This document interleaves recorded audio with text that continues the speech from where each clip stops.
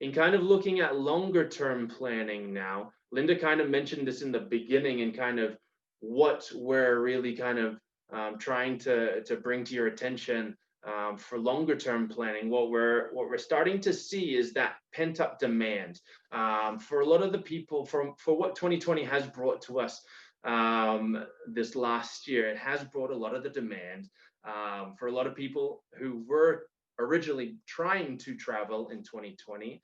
You might have got travel credits, you might have got travel vouchers, and you have them and you need to use them by a certain date, or you want to use them because you want to travel. 2020 has also brought, maybe in the short-term future, in the next year or two, smaller capacities on cruise lines or in hotels or on properties. So what we're starting to see in some of the destinations that myself and Aaron are going to highlight soon is demand and the vouchers and all those kind of factors are rolling into availability being very tricky. And what we're starting to see, I have clients that are wanting to go to Africa, but they have to go in 2023 because the type of trip that they want to do is not available for the next 2.5 years because of all those factors. When people got credits at hotels, a lot of times they get the preferential treatment for booking in 2021 or 2022, and then they're opening it up to new travelers. So we're starting to see that we do need to look ahead further than normal to get some of these more long haul destinations. And with that, I'm going to start talking about East Africa. So East Africa is one of those ones where we're starting to see that demand meet the availability having issues. But why East Africa? So it's not a new destination. I'm sure some of you on this call have been to East Africa or have had family or friends go there. It's one of those long-time safari experiences that Hemingway writes about, and you've got the green hills of Africa, and you've got all these mental images of being on safari. But the nice thing about East Africa is that it's constantly kind of imagining itself, and there are newer ways to experience it. But first, so highlighting here, so you've got Kenya, and kind of the more highlighted portions are, you've got Nairobi and the Masai Mara there, and then that yellow area there in Tanzania, that's called the Northern Circuit. So if you've been to Tanzania, a lot of times you would have hit a lot of those spots flying into Arusha, Kilimanjaro Airport, going over to the Ngorongoro Crater, going over to the Serengeti. That's generally that Northern Circuit. And what is nice about East Africa versus a place like Southern Africa is that your density of wildlife is going to be a lot higher than what it is in Southern Africa. And it's also very easy to get to. And especially being from Minnesota, getting to East Africa, a lot of times you'll fly through places like Amsterdam or Paris or Frankfurt or even Dubai. There's a lot more flight routes that are opening, so you can add on a stop on the way in or a stop on the way out and explore somewhere for another 2 or 3 days. So the ease of travel of getting there, and that's why it's becoming a little bit more new to do. The wildlife, the diversity of wildlife, the open terrain, as you can see in this image, the Serengeti. When you imagine the Serengeti, all you need to think about is the Lion King. The Lion King is extremely flat, right? The nature, you do see some trees, but you see the wide open spaces. That's where the cheetahs, that's where the lions, that's where all these big carnivore cats are living. And that's where you get the big herds of elephants coming through. Some of the biggest tusked elephants anywhere in the world reside in Tanzania. So you've got these beautiful, beautiful animals, but then you combine it with a beautiful property like this, where it's tented, but you're not living kind of in a tent. It's a nice, luxurious experience. You've got beautiful, wide open spaces. You can see animals on the distance from your balcony, from your bathtub, sometimes from the shower, or just relaxing kind of in a hammock or kind of having a coffee on your patio there. So the properties are really, really nice. They're constantly evolving, especially the 2020, what that has brought to the properties is the need to kind of make everything feel like it's more open, and giving people a greater sense of being in nature. So that's generally what we see. And for accommodations in Africa, usually you get three different types of accommodations. You'll have a permanent structure, which is not what you're seeing right now, but that's more of kind of a hotel. It's a bigger property. It maybe have 100 rooms, maybe has 120 different rooms. That's where you'll get a lot of those big family expeditions, or some of the built itineraries will go through properties like that. Then you'll have a structure like this, which is called semi-permanent. So it is tented, it does have canvas sides, and it does have a canvas roof, but it is built in. And then the third option would be a mobile tented. So it has the ability to pack everything up and then move. And what they do that in the Serengeti is, in the southern region, when the Great Migration and the wildebeest and the zebra are down in the southern region, generally in the first quarter of the year, the tents are set up there. And then halfway through the year, they'll move the tents up into the north and follow the migration. What's nice about that is it's a little bit more rugged. Some people love that ruggedness to it, as well as it's sustainable. And it's safe for the environment. They can pack up, and 6 weeks later, they can guarantee that you won't know that the camp was there. So that's a nice factor about a lot of these different types of accommodations. And it's just beautiful, as you can see. Kind of, there's open fire pits at night, having a drink with your guide, having dinner outside and enjoying.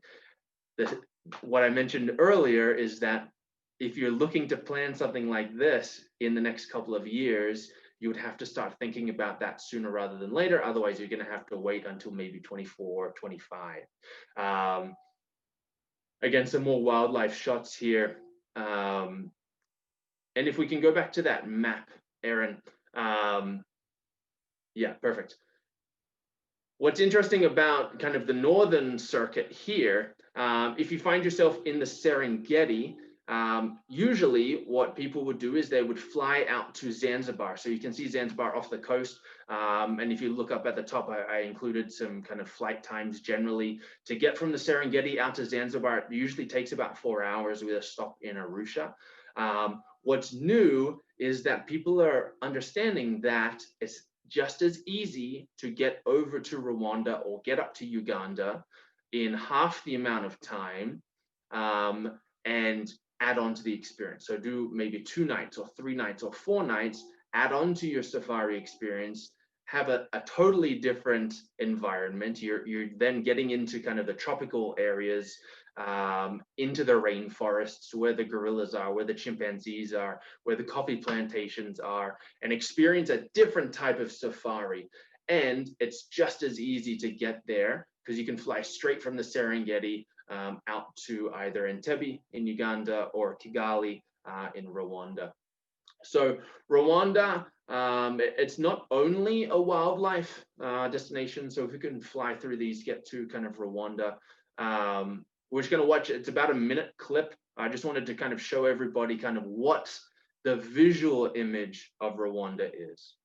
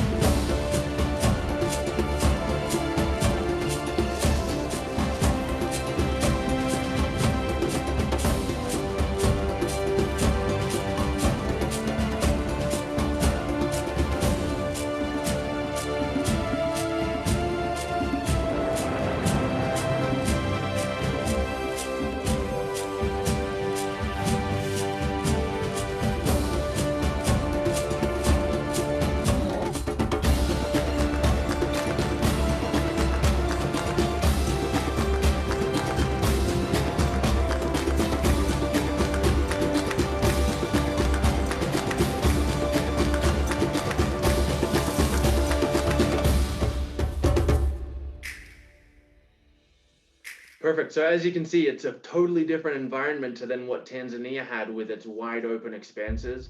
And what's interesting about that is that it's an hour and a half, hour and 45-minute flight away on a smaller plane. It's very close. But because of the topography and because of where the Great Rift Valley is, that allows kind of for those major differences. And the nice thing about Rwanda and Uganda is that it's not just a wildlife destination. You've got all that local culture. You have the small villages that the properties are a part of. A lot of times, so this property here, this is Kwitanda. This is a newer property that just opened up about 18 months ago. This property everybody on staff is from the local village. They employ everybody. They brought a lot of, they have a culinary school that they bring kids from the local community into to train them up to then be cooks and chefs either at one of their properties, or they allow them to go wherever they would like in the world as well. They're training their guides. They're bringing in, and so that's why safaris are starting to change. It's not just I'm traveling to you to take back for myself. It's going there to experience kind of what the real change is happening in country, whether that's you're buying locally resourced honey or candles or wax from a local beekeeper, or if you're buying jewelry from one of the local ladies or local families there. Art, paintings, all these types of things are things that kind of help continue to maintain those local communities and supporting the local communities as well. And that's why it's a bigger kind of picture that these safari camps are trying to build. So that's why it's a nice change. The days of driving on safari, stopping at a makeshift local village, where a lot of times they are pop-up villages to kind of take advantage of the tourists because they're not truly local villages, a lot of those are going away. And what we're starting to see is that people really want to see conservation. They want to see these things really taking into effect. And that's why a lot of these properties are starting to do that. The food is fantastic. Again, it's all locally grown and it's bought from the local villages. So a lot of these things are great draws for experiencing a safari. The wine, again, a lot of that is locally resourced, either from Kenya or even over in Ethiopia, but also down in South Africa. They do get a lot of the South African wines shipped up to East Africa. Conservation, again, when you're out on a game drive or a hike to go see the chimps or the gorillas, a lot of times you'll be a part of that because you'll be keeping track of which families did you see, which members of the families did you see, where were they, how long were you with, and a lot of that helps kind of the future safety of these animals. So again, there are a lot of things to kind of do on a trip to East Africa, and it's very easy to combine destinations. And now with kind of flight routes from the Serengeti over to Rwanda and Uganda, it's very easy to combine that and make the most of the area while you're there. Like what we were mentioning before, though, if you're wanting to do that in the next couple of years, based on the availability, based on the demand, based on all those types of things, it is something that you would have to start thinking about sooner rather than later. So next, I think Erin's going to take over for South America. All right. Thank you, Chris. We are now jumping another continent, South America, and we are specifically going to look at Peru, which is a pretty popular destination with peak clients. Just to kind of briefly talk about what a normal itinerary in Peru would look like. You fly into Lima here on the coast. But pretty easy to get to. Once again, Delta, not through Atlanta, so only one layover, not too tricky to get there. And then from Lima, usually you'll end up spending a quick night there before hopping over to Cusco, which you see kind of in the southern east part of the country. And Cusco is at a super high elevation. It's, I think it's around 13,000 feet. And so usually you're gonna kind of rest here, get acclimated to the altitude. And Cusco is sort of the start of the Sacred Valley. So Sacred Valley's got a lot of amazing hiking, a lot of amazing culture, history, and then also it's the access point to Machu Picchu. And most people, that's kind of the must do within Peru. If you have the time, a really cool add-on from Lima, if you jump up to Iquitos up in the northeast, that is the base for Amazon River cruises. So that's a pretty cool way to see the jungle, and just really interesting wildlife and diversity, as well as some fascinating cultural experiences as well. Um, and here's Machu Picchu. Here we are. And I have to say, when I did this, this was 3 years ago, I guess, I'd seen a million pictures of Machu Picchu. I was expecting to be impressed, but maybe not wowed, just because I'd seen so many photos. And it was really impressive. I don't think what you get from the pictures is how dramatic it is up here, how high you are, you're above a lot of clouds. And there are mountains above you, there are mountains below you. It's a very, very cool trip, and a very fascinating spot. And the reason really we're talking about Peru right now is this is another one where people think, yeah, I'd like to do that someday. Well, I'll tell you right now, like Chris said with Africa, a lot of people had trips moved out this year. And so lodges are booked, like a lot of properties are booked up just with moved bookings. And another really important thing to know is because of coronavirus, Machu Picchu as a site has drastically cut their capacity levels. So right now they are at 675 people a day, which is 30% of what it used to be. And all of these are ticketed ahead of time. So you really have to reserve your spot, so to speak, to go. And that's also, in my mind, a draw. I mean, to be here with less than 600 people over the span of an entire day is amazing compared to thousands each day. So I would say think about planning sooner rather than later, both to make it happen and to experience it before things really ramp up to where they once were. Just some more shots of the site itself. And there's a lot more to Peru than just Machu Picchu. This is the town of Ollantaytambo, where you get on the train to get up to Machu Picchu. A lot of great shopping, a lot of great food. And speaking of the train, here are a few shots. When we say train, we're not talking a crowded Amtrak situation. This is Peru Rail on the right. This is my picture on the train. This is the lounge car, very spaced out. This is obviously pre-COVID. Now you would see masks, but it's a very comfortable way to get up to the base of Machu Picchu. And the Hiram Bingham train, picture in the lower left, is sort of a step up. That's a very famous sort of luxury train. They've got tons of bands playing. We passed the Hiram Bingham and it looked like there was a huge party going on board. The people love it. It's really a bucket list experience. This is me as well. This is the Sky Lodge, so also in the Sacred Valley. And this is both a lodging experience and an adventure. So I did not stay at the Sky Lodge, but we did do the Via Ferrata, as you see here, which is a ladder built into the side of this mountain. And you are clipped in and you go up and up about, I think it's 3,000 feet up the side of this mountain. And it's a pretty, not 3,000, that is wrong. But it's a pretty impressive view from the top. And I want to show you this picture. This is the actual Sky Lodge. So this is where my adventure ended. Others will get up here and they'll spend the night in those domes. I mean, the views are incredible. You've got your own bathroom. You don't leave that bubble unless you're hooked in. They deliver your food. Really, really kind of unique experience.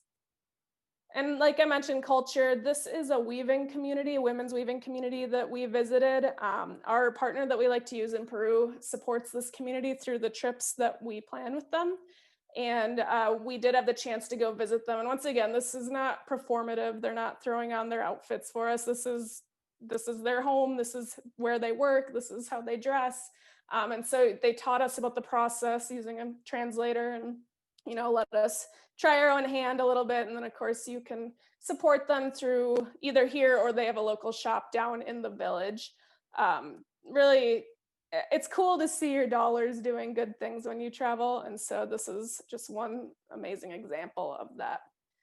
And then of course, food. Chris talked about food in Africa. I talked about food in Peru. Really fresh stuff. I didn't really know what to expect, I think, when I went to Peru, but this is trout ceviche, and you'll find trout on the menus all over there, and they're river trout. and it was fantastic. If you're feeling a little more adventurous, the local specialties are guinea pig and alpaca. I tried one of those. I'll let you guess which one it was. I don't think I'll do it again, but when in Rome. And then one other thing I wanted to mention about Peru, and this is very off the beaten path. When I was there, rather than do the Amazon, we were up in a different part of northern Peru, and this is a ruin site called Cuelap. And Cuelap is actually quite a bit older than Machu Picchu, but was discovered more recently. And it's a series of hundreds of stone circles on top of a mountain. They're still researching exactly what it was. They don't know if it was a fort, if it was a living situation, if it was kind of a guard site of sorts, but fascinating. And the other cool thing that you wouldn't expect, this whole area of northern Peru is not very developed for tourism yet. So accommodations are very basic. You really don't see many other tourists. But the government invested in a tram to get up to this site. And it's the same people that built the Swiss gondolas in Banff and the Canadian Rockies. So you have this state-of-the-art gondola that brings you way up to this site. Like I mentioned, there's maybe hundreds of people a day max. So it's still undervisited, and it probably will start changing in the next few years. It'll become more like Machu Picchu. So if you have the time, definitely worth, looking into to add on to your trip. And then also in South America, we did want to mention the Galapagos. The Galapagos really are a super unique destination, especially if you are a wildlife lover. You would fly down to Quito and then connect through Guayaquil to get to the Galapagos. So once again, not too hard. In mainland Ecuador, Quito as a city, there's a lot to do in this country its own, in addition to the Galapagos. So we would encourage you, if you have time, to spend some time in mainland Ecuador as well. But the sites, the biodiversity is obviously incredible here. The tortoises that live for decades, the blue-footed boobies. And the wildlife here they're not scared of humans. So your interactions here are really unique. You're going to be snorkeling with sea lions and they're going to be right in your face. You can walk right up to these birds and they're just minding their own business. The landscapes are beautiful. Every island kind of has its own unique feature that has its own reason for visiting. We'll go back. And we really recommend that the best way to see these islands is by a small ship expedition cruise. We're talking less than 200 people on board. These ships are small. They're meant to not disrupt the wildlife.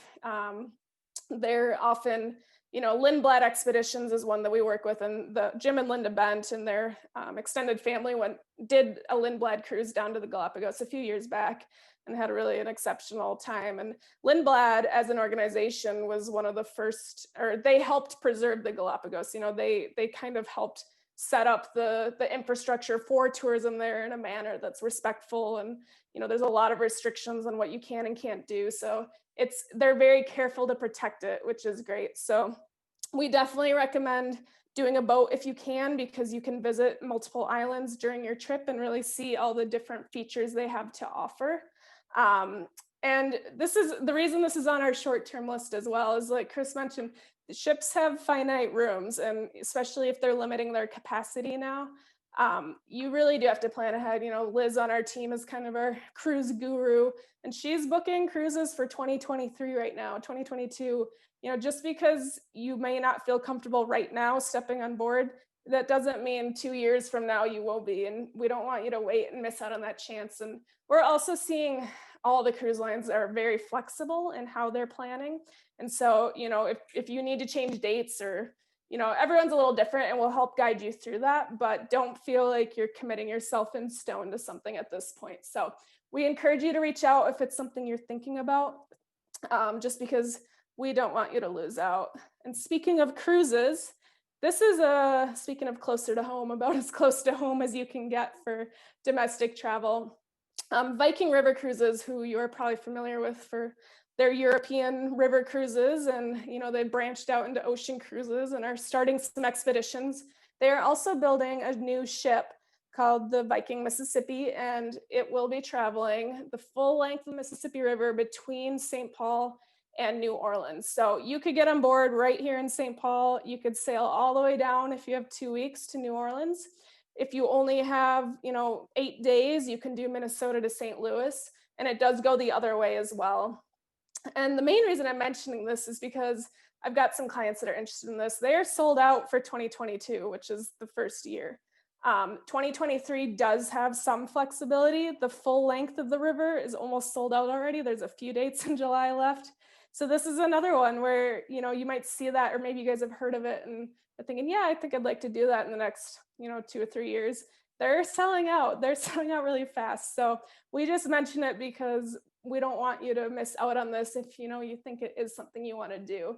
And it's fun to see these little places that are closer to home. I'm partial to the stop in La Crosse because they do a day trip over to Decorah, Iowa, where I went to school, which is so funny to think of cruise passengers going there now. But, these are small little towns that have a lot to offer that you might not think of. There's just a picture rendering of the boat. It is not complete yet, but I can imagine going down in the fall, there'll be some pretty beautiful trees along the way.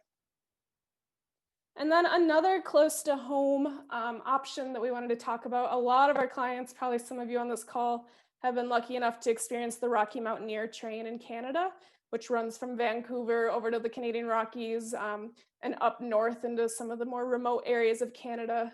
Well, they are starting as of next year, late next year, a domestic option here in the US. So this will travel between Denver and Moab. It's just a 2-day trip, so very, very manageable, very approachable. Obviously, we can build on either side in Colorado and in Utah. There's pretty amazing national parks and a lot to do in those areas, so we can help you kind of design where this might fit into a bigger trip. But the experience on these trains is really unique. You do not sleep on the train, you spend an overnight. So in this case, you stop in Glenwood Springs, which is a really cute town. It's famous for its hot springs. So that's where you spend your night, at a nice hotel with its own hot springs pool. So you're not sleeping on a bed that comes out of the wall as you're rattling down the rails. This bottom left corner gives you sort of a shot of what the train looks like. If you have been a Rocky Mountaineer, they've got 2 levels of service. For this trip specifically, they are only bringing down their Silverleaf cars, which means they're not the full glass ceilings, but they do go pretty high up, as you can see. I've ridden on the Silverleaf trains, and you really aren't missing out much. I mean, the views are fantastic. They will have an elevated option for Silverleaf that gives you access to a lounge car. So if you want to get up and move around or have a little more space to have an outdoor car, there's a few extra amenities there. But I mean, the food is fantastic on these trains. The views are great. The hosts on board will be narrating what you're seeing and telling stories. And if they see wildlife, they try to slow the train down. And this is unique because you're going to see things here you can only see from the train or from the river. So these are not just driving along a highway. You're getting into some pretty cool, unique spots. Yeah, so that we wanted to talk about that. One thing I did want to mention about this Rocky Mountaineer trip is right now, if you are interested, your deposit is $25. So it's very low risk, and that is fully refundable up until 60 days prior to your trip. So once again, this is going to sell out 100%. I mean, Rocky Mountaineer is extremely popular now that they're coming domestically into such a picturesque place. If you think this is something you might be interested in, we do encourage you to reach out because it's extremely low commitment at this point. We'd love to help you at least get your spot, and then closer to, we can really lock you in. But